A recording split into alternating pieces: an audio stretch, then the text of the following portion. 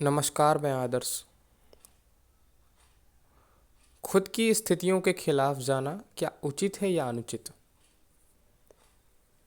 ऐसी बहुत सी स्थितियां हैं जहां आप खुद के खिलाफ कभी मत जाएं। जैसे कि अपने स्वजन से लगाव से, जिन्होंने आपको उत्पन्न किया है, मतलब माता पिता, ईश्वर, प्रकृति, और कहा जाए तो इस संसार से आप खिलाफ मत जाएं। ये जो प्रमुख शब्द हैं, ईश्वर, माता पिता, गुरु, मित्र, ये प्रथम शब्द हैं, सर्वोपरि शब्द हैं। फिर बहुत सारी चीज़ें हैं, लेकिन अगर बोले तो कुछ एक बताओ यार, कुछ एक बताओ जिससे हम कभी उसके बस खिलाफ ना जाएं और सबके चले जाएं। तो संसार के खिलाफ आप मत जाइए। संसार के खिलाफ क्यों ना जाएं? क्योंकि वो सार है। World is a conclusion. आप कंक्लूजन के खिलाफ जाएंगे तो आप कुछ भी समझ नहीं पाएंगे, क्योंकि समराइज्ड पॉइंट वहाँ लिखे हुए हैं। इस संसार में आप जो कुछ भी देख रहे हैं वो समराइज्ड है। वो बहुत एक छोटा सा अंग है, छोटा सा स्वरूप है इस सृष्टि का, और जो कि संसार है। इस पृथ्वी संसार के अंदर है। ये संसार बहुत ही गहन है और बहुत ही छोटा भी है, बहुत गंभीर भी है और बहुत ही तेजस्वी भी है, ज्वलनशील भी है। तो आप किसके खिलाफ ना जाएं? इस संसार के खिलाफ ना जाएं। अब संसार में, संसार के भीतर आप जो कुछ भी देख रहे हैं, महसूस कर रहे हैं, जो कुछ भी देख सुन पा रहे हैं, खो रहे हैं, वो सब कुछ संसार के अंदर है। आप अर्थात आप किसी के खिलाफ मत जाएं। खिलाफत ध्वस्त करने का एक प्रमाण है, और खिलाफत को बस हल्का सा तिनका चाहिए उस ज्वाला का, खिलाफत भड़क उठेगी। खिलाफत भड़क उठेगी और सब कुछ राख कर देगी। इसलिए अपनी स्थितियों के खिलाफ जाना क्या सही है या गलत?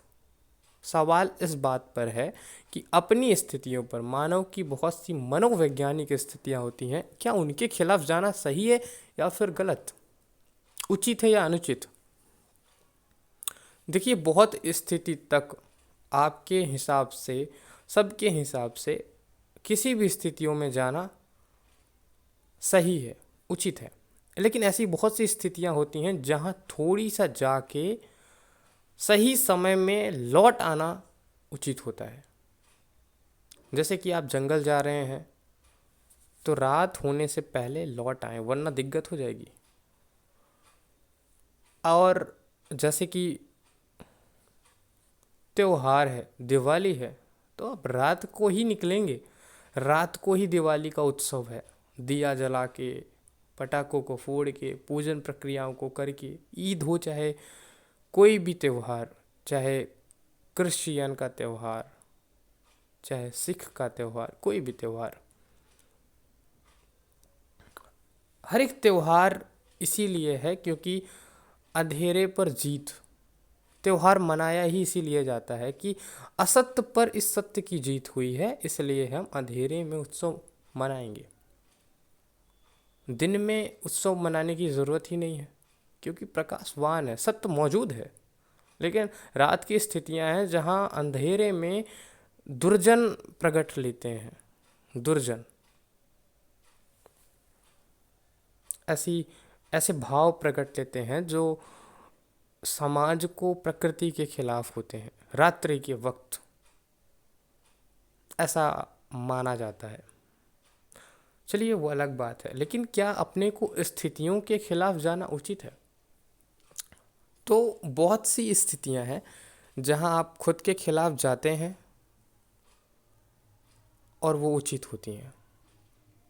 अपने मस्तिष्क के खंडन को बचाती हैं, अपने शरीर के खंडन को बचाती हैं। और सबसे अच्छा है कि आप खिलाफ ना जाएं, उसे प्रेम की तरह बना दें। मतलब उसे, जैसे बहुत से माँ होती हैं तो बच्चे को मार के भी खिलाती हैं और बिना मारे भी खिलाती हैं, मार के भी पढ़ाती हैं, और बहुत से माँ होती हैं जो बिना मारे प्रेम से पढ़ा देती हैं और प्रेम से सिखा देती हैं। तो आपको स्थितियों को प्रेम से भर देना है, सुगंध से भर देना है, रस से भर देना है। आपको उन सभी स्थितियों को सुगंधित कर देना है जिन स्थितियों में अपने खिलाफ जाने का दिल करता है, मन करता है। उन स्थितियों के लिए आप अपने दिमाग में खिलाफत सोचते हैं, परेशान होते हैं, तो उन स्थितियों को प्रेम से भर देना है। क्योंकि हर काम प्रेम से भी हो सकता है और उसके खिलाफ जाके भी हो सकता है, उसको दपट के मार के भी कर सकते हैं।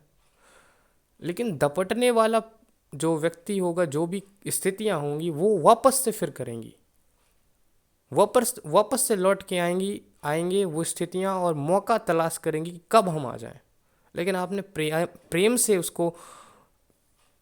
उसका समापन किया, तो वो प्रेम ही है जो संपूर्णता है, संपूर्ण की स्थिति प्रदान करता है प्रेम। इस कारण से आप स्थितियों को प्रेम से देखें, प्रेम से भर दें, उस स्थितियों को प्रेम से कर दें, सजग तरीके से। तो आप स्थितियों के खिलाफ जाने से बच पाएंगे। और खिलाफ जाने से बचने की बात इसीलिए है क्योंकि खिलाफ जाना ही खत्म करने की बातें हैं, राख कर देने की बातें हैं। तो खिलाफ जाना गलत है। खिलाफ जाना गलत हो या फिर कुछ भी, लेकिन खिलाफ को भी अच्छा कर देना, खिलाफ को भी सही कर देना, ये एक सही काम है।